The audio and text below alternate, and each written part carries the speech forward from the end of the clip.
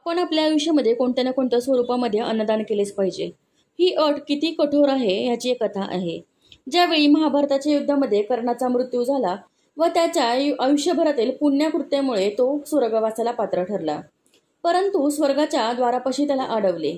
तू आयुष्यभर सोने चांदी हिरे माणके एवढेच नव्हे तर स्वतःची कवच कुंडलेही तू दान केलीस, परंतु या दानाचा स्वर्गात काहीच उपयोग होणार नाही आणि स्वर्गामध्ये प्रवेश मिळवण्यासाठी तर नाहीच नाही, कारण तू तुझ्या आयुष्यामध्ये कधीही कोणत्या स्वरूपात अन्नदान केलेले नाही, तसेच पितरांना श्राद्धविधीच्या स्वरूपाने अन्नदान केलेले नाही।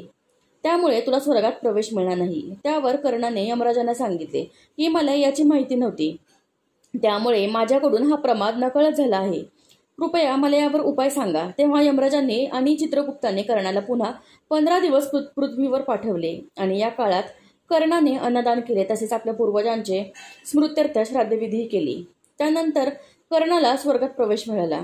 स्वतः कर्ण सूर्यपुत्र होता, यमराजही सूर्यपुत्र होता, तरीही त्यांचे नाते हे या अटीवर मात करू शकले नाही। एवढा हा नियम कठोर आहे।